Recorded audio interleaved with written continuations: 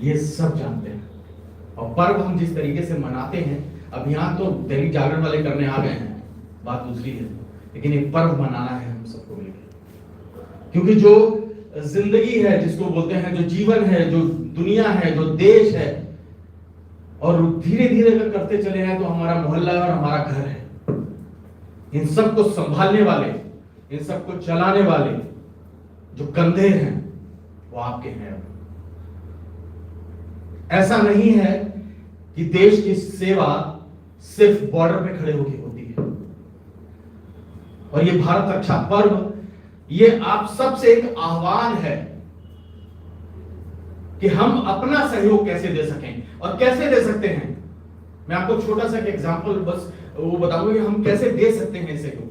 जरूरी नहीं है, मैंने बोला ना कि बॉर्डर पे ही जाना है सबको, लेकिन हर इंसान जो यहां बैठा है, इस प्रांगण में बैठा है या हमारे आसपास है, वो सिर्फ अपना काम ईमानदारी से कर ले। हमारा देश एक विकासशील देश है, ये आप सुनते आए होंगे ना, डेवलपिंग कंट्री, बहुत साल से सुन रहे हैं। और मेरे ख्याल से मेजर जनरल साहब भी 80 के हैं, और वो भी जब से पैदा हुए तब से सुन रहे होंगे। और ये विकासशील कब तक रहेगा, ये आइडिया है नहीं। अभी एक हमारे कर्ता धर्ता है देश के, वो उन्होंने एक साल दे दिया है 2047, पर वो होगा कैसे? डेवलप्ड कंट्री बनेगा कैसे? विकसित देश बनेगा कैसे? क्योंकि होता क्या है, ये विकासशील देश क्यों है? क्योंकि जितने अच्छे काम होते हैं, बहुत ध्यान से समझिएगा इसको, कि जितने अच्छे काम होते हैं वो तो मैं कर रहा होता हूं, लेकिन जितना गड़बड़ हो रहा होता है ना अगर कुछ, तो वो करता है वो। ये वो कौन है ये पता भी नहीं है ना। कूड़े का ढेर कहीं पड़ा होता है, हम नाक में रुमाल रख के चलते हैं, देखो लोग कितना कूड़ा गंदगी फैलाते हैं, है ना। गंदगी तो लोग फैलाते हैं ना, हम थोड़ी ना। बाइक पे चलते हैं, कहीं जाम लगा होता है, ट्रैफिक जैम होता है, तो बाइक का आगे वाला भैया पहले घुसे, पहले हम जाएंगे फिर कोई जाएगा, और फिर बोलते हैं देखो लोग जाम लगाते हैं। ये लोग कौन है, कहां से आते हैं ये लोग? सब हम हैं। हमें सिर्फ अपना काम ईमानदारी से करना है। और बहुत महान महान से लोग हैं। एक बार एक बंदा ट्रेन से बल्ब खोल रहा था, तो उसको किसी ने पूछा क्या कर रहे हो? सार्वजनिक संपत्ति है। बोला पता है, उसमें से अपनी ले रहा हूं। तो ये जो सार्वजनिक संपत्ति है, ये हमारा देश है और हम सबकी जिम्मेदारी है, और हम सबसे ही चल रहा है। कोई एक सिंगल पर्सन पॉइंट आउट नहीं कर सकते कि वो कर रहा है। तो इसलिए ये सब मिला के देश की सेवा है। और इस रक्षा पर्व में हम आपसे आह्वान करते हैं, दैनिक जागरण एक माध्यम है, और उस माध्यम को, जैसे अभी आपके डायरेक्टर साहब ने बताया, हमारे बहुत ही होनहार, हमारे दैनिक जागरण ग्रुप के एक हीरो में से हैं ये अरविंद पांडे जी। वो आपके बीच से ही निकले हैं। एक बार फिर से अरविंद पांडे के लिए जोरदार तालियां। वो आपके बीच से ही निकले और इन सबको मूर्त रूप दे रहे हैं। तो ये अपनी देश सेवा उस रूप में कर रहे हैं। तो आप सब अपने अपने, जरूरी नहीं है वर्दी पहनना, वर्दी पहनने के लिए भी कभी हम एक सेशन करेंगे कि आपको क्या करना है क्या नहीं करना। मेरा नाम डॉक्टर सुशील मिश्रा है, मैं साइकोलॉजिस्ट हूं और यूपी गवर्नमेंट का ऑफिशियल करियर काउंसलर रहा हूं बहुत साल तक। तो मुझे पता है कि कैसे क्या किस ओर चलना चाहिए, उस पर हम कभी और बात करेंगे। बट आज हम आह्वान करते हैं आप सबसे कि आइए, जुड़िए, चलिए हमारे साथ, चलते हैं कंधे से कंधा मिला के, और इस देश को उस ओर ले चले कि अगर किसी ने आह्वान किया है कि 2047 तक हमको इसको विकसित राष्ट्र बनाना है, डेवलप्ड कंट्री बनाना है, तो हम सबको साथ आना पड़ेगा। और मैं छोटा सा अपना इंट्रोडक्शन और दे देता हूं कि एक वक्त था, वो था कारगिल की लड़ाई। मैंने खुद भारतीय वायुसेना में 20 साल सेवाएं दी है। मैं एयरफोर्स में था और उस कारगिल के युद्ध में था मैं फ्रंट लाइन में। और जब वो युद्ध खत्म हुआ तो हमारे मुंह से एक लाइन निकली कि आए थे शहर गुलशन करने, बाग गुलशन कर चले, ले तुम्हारी बाग अपना, हम तो अपने घर चले। आह्वान करते हैं, आइए चले विकसित राष्ट्र की ओर और भारत रक्षा पर्व मनाते हैं। Thank you so much. सादर धन्यवाद एवं हार्दिक अभिनंदन महोदय। अब हम निवेदन करना चाहेंगे, हम सभी के बीच उपस्थित परम आदरणीय मेजर जनरल सर मंच पे आए और अपने आशीर्वचनों से हमें अभिसिंचित करें। सादर धन्यवाद सर।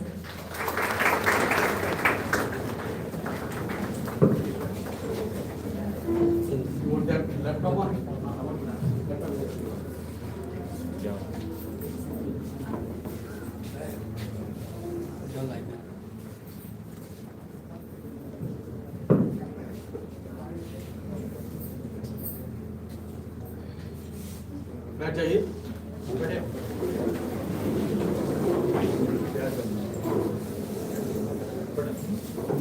दिख रहा है, दिख रहा है। सर पीछे रहते रहते। नहीं बिल्कुल आपको दिख रहा है? हाँ दिख रहा है।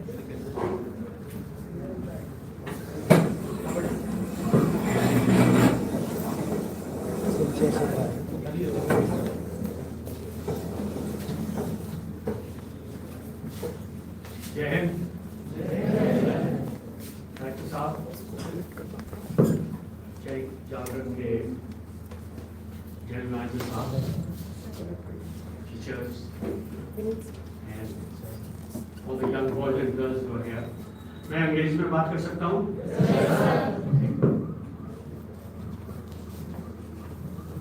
मेरा एम ये है to try and give you a broad overview of the armed forces so that I can sort of motivate you, some of you who may want to join any of the three services of the Indian Armed Forces. A little about myself so that you know what I've been through. I was commissioned in 1968 into the Bombay Sappers.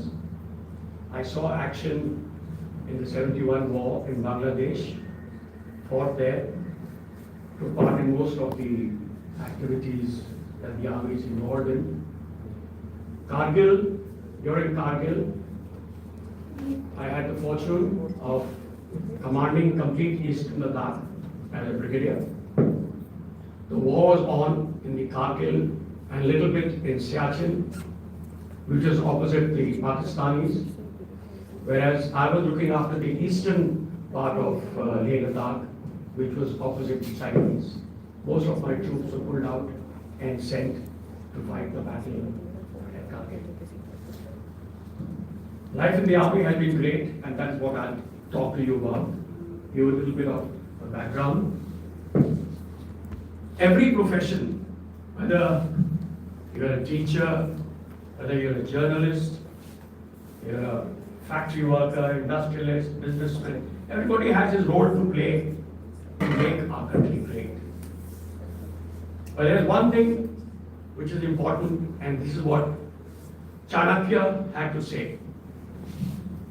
While the Magad citizenry endeavors to make the state prosper and flourish, the Mauryan soldier guarantees that the state continues to exist.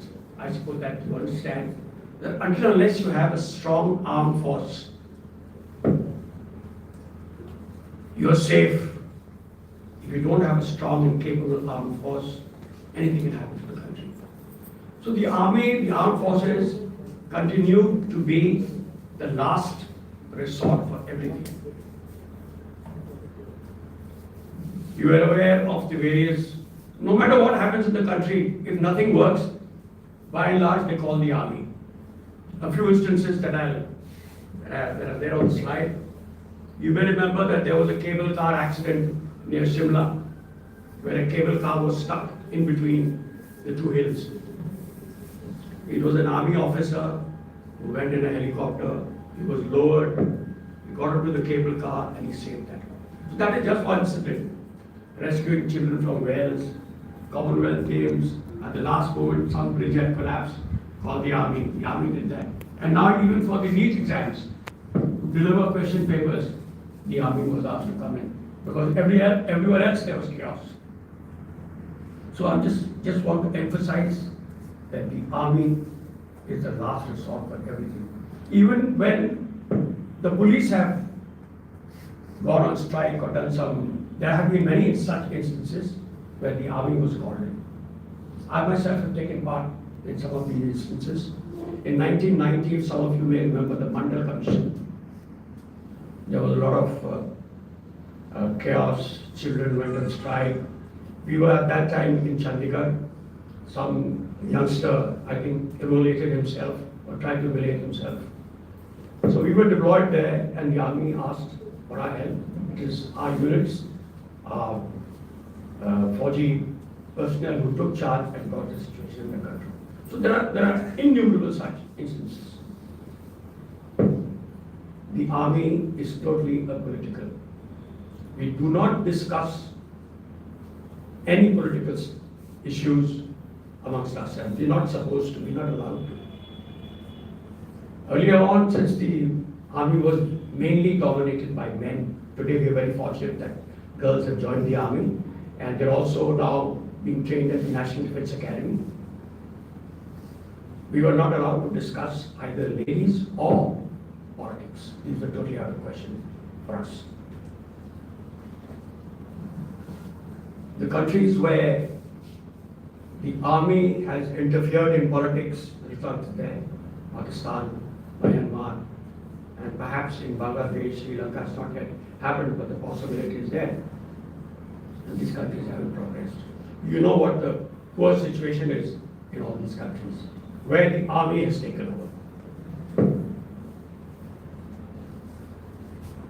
Now, immediately after independence, there were certain states that were double-minded whether to stay with India or go to Pakistan.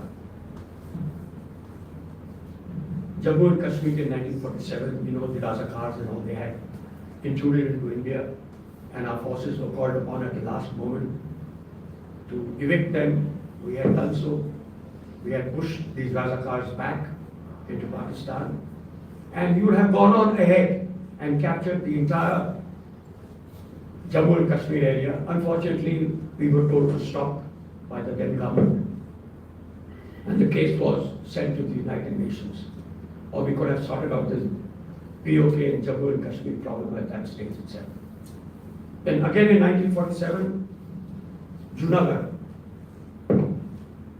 directly similar case, a mirror image of the J&K situation, where the ruler or the king or the Maharaja was Muslim and the public in general were Hindus. He wanted to join Pakistan.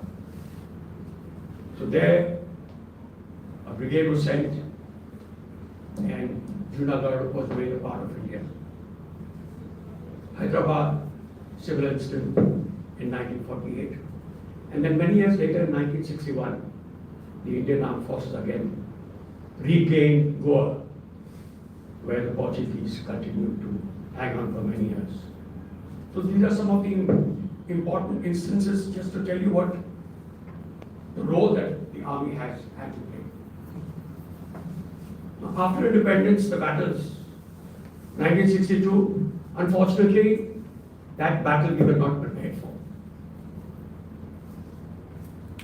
That was a battle that we lost. We lost not because of the soldiers, not because of the troops. We lost because the necessities that were required by the armed forces as regards ammunition, weapons, those are not made available. They didn't have winter clothing. I don't know if any of you have visited Leh or Ladakh. In winter, it's so cold that even while speaking, you find that those, especially Sikh gentlemen who have a beard, their breath freezes and you see little icicles on their beard. It is so cold. If you're standing and brushing your teeth and there's water on the ground, your feet get stuck because that water, that moisture freezes. So it's so cold, it's very tough. So imagine these young men, the soldiers, particularly of 13 Kumaon, who fought till the last man, last round. They continued to stay there. They gave their lives for the nation. This is that famous battle of Rasangla. Some of you may have heard of it. And their leader, was one Major Shatan Singh. Their bodies were later discovered a year after, and when people had gone there, they found that these troops were still in their position with their weapons in their hands. So that is the dedication and the love and devotion for the country that these men have. Of Meghdut, this is the Siachen Glacier. Siachen Glacier is another something that you can only imagine. It is so cold there. Most of the casualties in Siachen is weather related, not from the enemy, but weather related.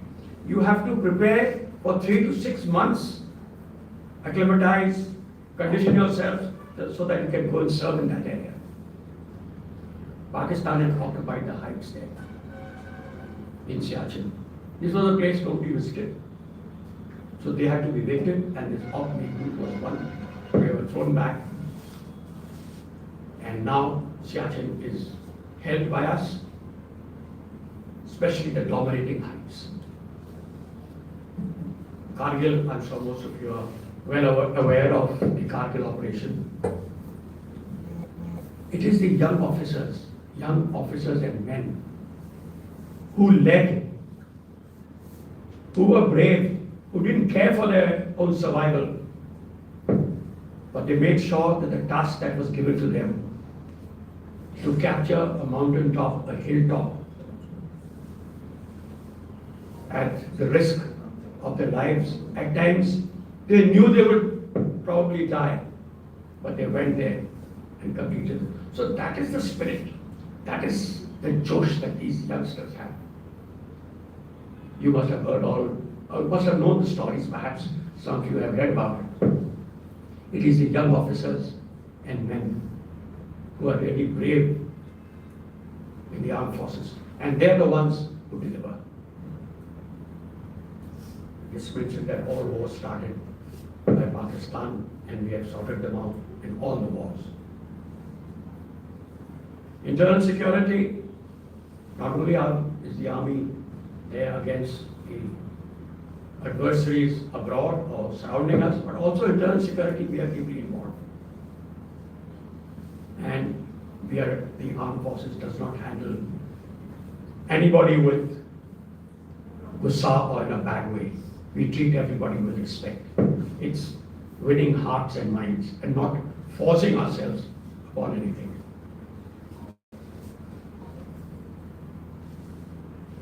In addition to being the primary counter-insurgency force, the Army is instrumental in strengthening the paramilitary forces by providing them training and establishing counter-insurgency schools and intelligence. A mention of the overseas major operations that we are undertaking. Op Power, IPKF, that is the peacekeeping force that was sent to Sri Lanka. For another nation, we lost many soldiers. We lost many officers and men in this war. Unfortunately, this is one battle that has not been given adequate recognition by the government. It's only now that they are waking up and realizing that IPKF, whatever the decision at that time, was a battle which Indians, our soldiers fought, and many of them lost their lives. Another one is Cactus airborne operation in the Maldives. The Maldives president was captured by terrorists. They asked India for help. India's parachute brigade, a battalion group, was inducted by air. Straight away, they were paradropped there, and they saved the situation. Without going into details, they saved the situation. And again, Op Kukri was a rescue operation in which the Indian Army para commandos rescued about 200 troops of the Gurkhas. This happened in Sierra Leone. Our army, many other countries' army is sent into the United Nations peacekeeping forces to serve in many countries. Just to mention of the other agencies that are associated with the armed forces, the border roads, all the roads that have been constructed in the border areas is being undertaken by BRT, Border Roads Task Forces. They are a magnificent lot. You go to places where on one side is the steep hill and the other side is a cut. You see the way that these people work without fear. Hats off to the Border Roads organization. DRDO is the research organization. Indian ordnance factories, they're the ones who manufacture everything for the Indian Armed Forces. Now they are no longer as ordnance factories, but they've become public sector undertakings. So then you have the Surveyor General who do the mapping of the country. So that is as far as a background to the armed forces that I wanted to give you. I would also request you that once I finish, request you to ask me questions and clear any doubts that you have about the Indian Armed Forces. I will not be able to give you the method of entering the army. We have Dr. Sushil here who will be able to help us out in that. But anything about the life in the armed forces, the training that you have to do in the armed forces, and how you have to prepare yourself for battle, that is my job, and that I'll be able to tell you about. And anything, any questions that you have to hit me. In fact, that's the my main aim is to interact with you so that you can ask me questions. Now, the Indian Army is really divided into three parts. That is the fighting arms, the supporting arms, and the services. Three distinct categories. It is only from the fighting arms that an officer can command large bodies of troops. It is only he who can rise to command an infantry brigade or an infantry division or an army. Persons from the supporting arms or from the services cannot. Supporting arms there is special selection from supporting arms. Some of them are selected and given the opportunity to command field formations. I don't know, I hope you understand what I'm saying. Are you understanding? Yes, sir. Such a way? Yes, sir. Okay. Now, fighting arms. Oh, before I come to that, the motto of the Indian Army, when you pass for this for officers, the safety, honor, and welfare of your country comes first, always and every time. There's no doubt in that. Your country comes first. The honor, welfare, and comfort of the men you command comes next. Your own ease, safety, and comfort come last, always and every time. These are the instructions to all officers. Your country is first.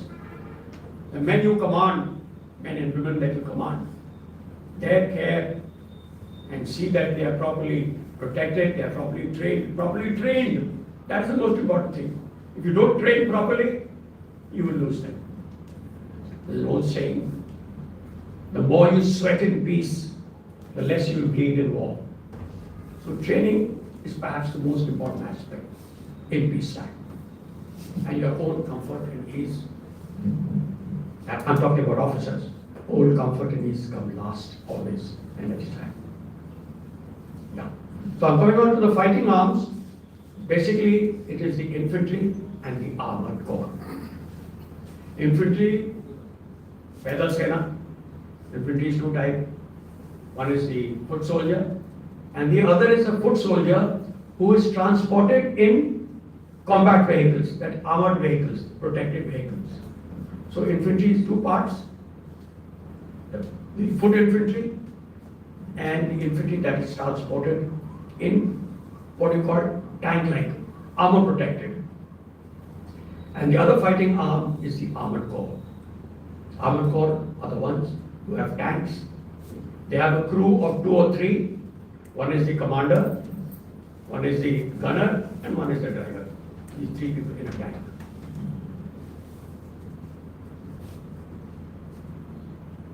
And then within the same, you have special forces. Special forces are better trained, are prone to higher risks, and special forces you can't just join. You have to volunteer, and you have to go through a rigorous test to be accepted in the special forces. armor, tanks. Just a few photographs on tanks. This is the infantry. Whether they're jumping out from a vehicle in the mountains, infantry up in the mountains, in the jungles. Special forces that I mentioned, I'll just show you a small clip in which I'm trying to show off. It is before a jump that we did last year, 8th of December.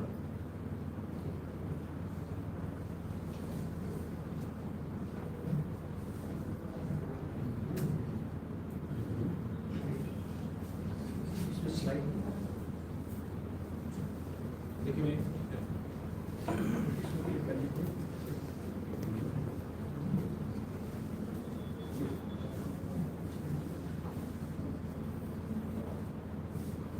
Is that a video, sir? There's one video.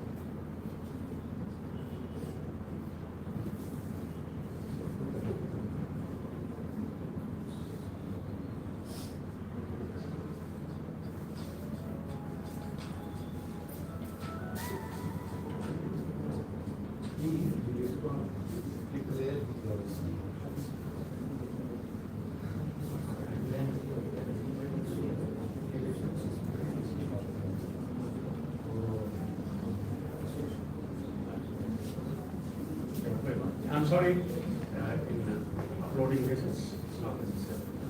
Okay, I've mentioned to you the fighting arms.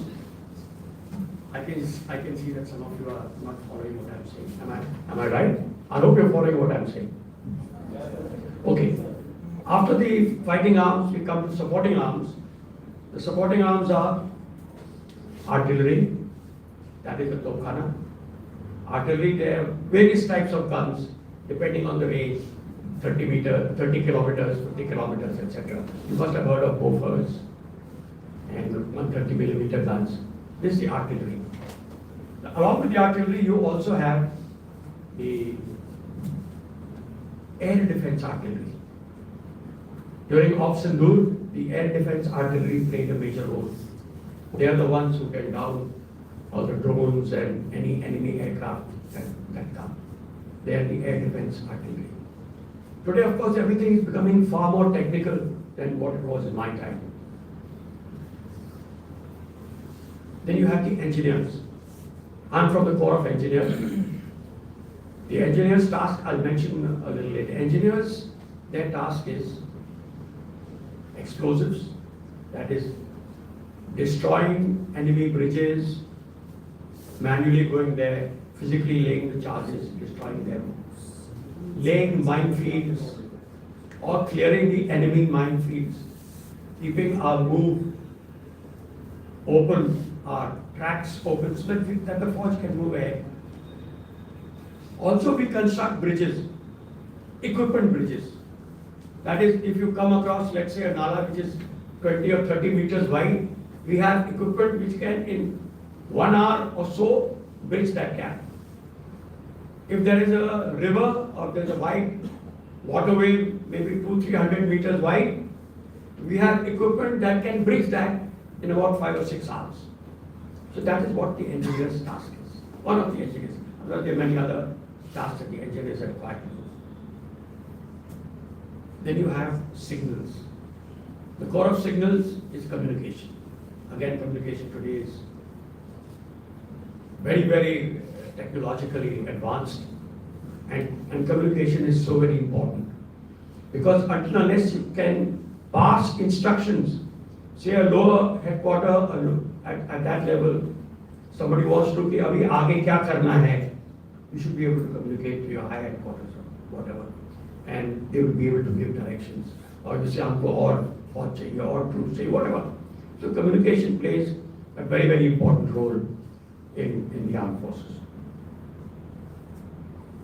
Aviation, the army has its own aviation helicopters, mainly for reconnaissance. You fly around, go and fly over the enemy area, see the area, make your decisions. The commander, basically it's the commanders utilize that. And the aviation was earlier a part sort of associated with the Air Force, but now more or less it's independent, it's on its own. And each larger formation that at a core level, you have your aviation helicopters for reconnaissance, basically. A few guns that I'm trying to show you is the Bofors, very active during the Kargil operations. These are multiple barrel launchers, air defense artillery, aimed to shoot out aircraft or drones. Engineers, I mentioned that we have the ability to bridge small gaps. This can be done in about 1 hour or half an hour. It's called AM50 bridge.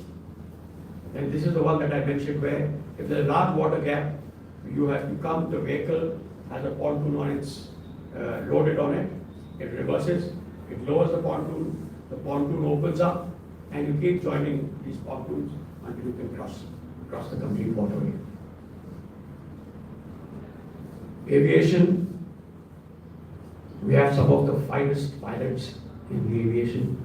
In such difficult terrain as Siachen, just a small patch, they're required to land there.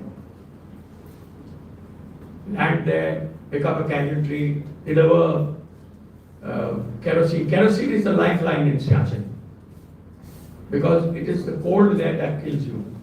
So kerosene is so important for keeping your little igloo or your tent warm.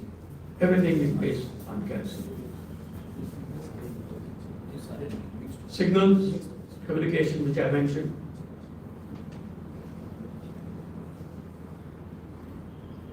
Now, I've told you about two aspects, that is, firstly is the fighting force, then the supporting arms, and now I mention of the services. You have the Army Service Corps. Army Service Corps is the one that supplies you all the khana pina, rations and this, that. Then you have the Medical Corps, all the doctors are there. And our medical personnel are outstanding. Right in the battlefield, when a casualty is brought back by the nursing assistants, there is a small tent or there is a pit that has been dug with overhead protection where the doctor takes immediate action, whatever action has to be taken. We have outstanding doctors who have saved so many lives. Then you have also the dental corps, the Army Ordnance Corps. Ordnance are the people who supply everything from a pin to a vehicle to an aircraft. They are responsible for everything. Corps of Electrical and Mechanical Engineers, they are the ones who carry out all the repairs to the equipment. They repair. There are various stages at which you repair equipment. Some equipment is repaired right on the battlefield itself, some a little further back, and some in certain base areas where they repair. And they repair everything, whether it is guns, whether it is vehicles, whether it is weapons, your rifle, your artillery, they are responsible for repairing. And they're specialists in each field. Judge Advocate General, we have our legal department, which again is very, very important. Because the most important thing in the armed forces is discipline. You do something wrong with intent, you're bound to be punished. And the punishment is swift and fair. So if anybody, these are the trained organizations within the army, the active generals at a very high level. But at the unit level, the commanding officer has the authority to punish. And punishments are given regularly because you have to be firm with your men. By Pioneer Corps, they are a force that is available to do whatever odd jobs. Let's say sometimes some weapons have to be unloaded from somewhere, ammunition or explosives have to be lifted from place A to B. They are the people who are asked to do it. Army Postal Code, again, though it is a postal department, today of course you have means of communication on mobiles and this, that and the other. I do not know whether this is permitted in the operational area. But in the earlier days, it was the Army Postal Service. And these boys would work day and night to see that your letter is delivered to you wherever your post is, up in the hills, up in the mountains or icy area. They would make sure that the letters are delivered. Defense Security Corps, these are people who provide in static installations. They are the ones who provide security. They are the guards. Remount Veterinary Corps, they are the ones who look after the animals, that is horses, mules. In mountain areas, mules are very important.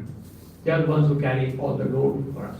Because there are small, narrow paths on which you have to move up and down. So mules are integral and important.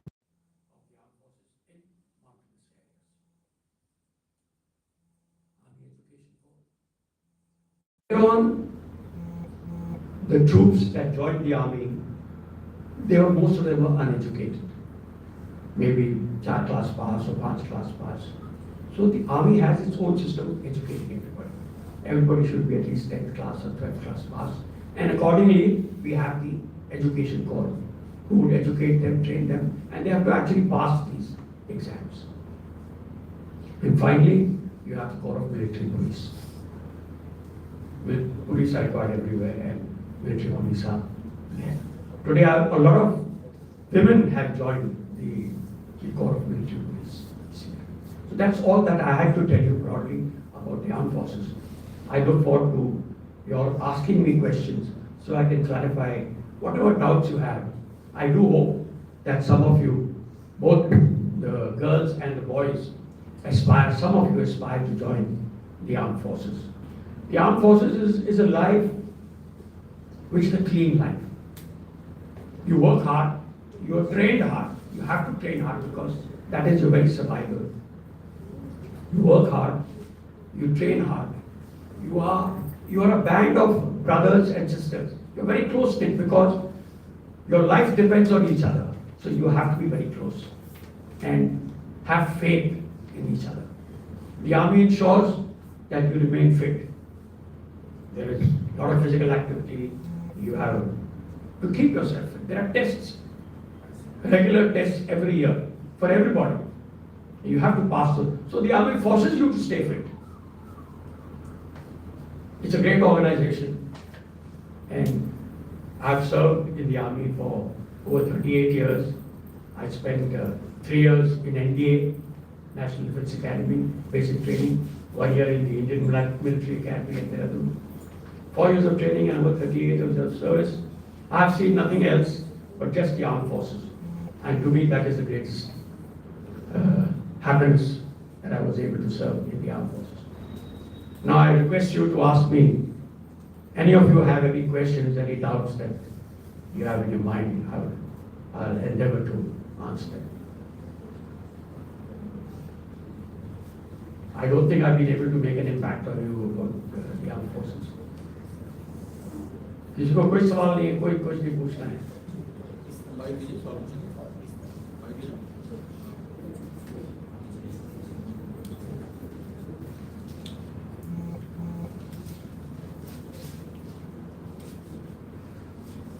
Never mind, it's not necessary that somebody must ask questions. किसी को ऐसा लगता है कि उसको फौज में जाने की इच्छा है या मन है? एनीवन? कोई ऐसा है? हाँ देखिए, आपके पास कोई सवाल, कुछ जानना है? पहले तो ये समझ में आया कि जाना है कि नहीं जाना, फिर जानना है कि नहीं जानना. देखिए मैं आपको एक बात बता दूं, 2 तरीके के लोग कोई सवाल नहीं पूछते हैं. एक वो जिनको सब कुछ समझ में आ गया हो, और एक वो जिनको कुछ भी समझ में नहीं आया हो. ये 2 तरीके के लोगों के पास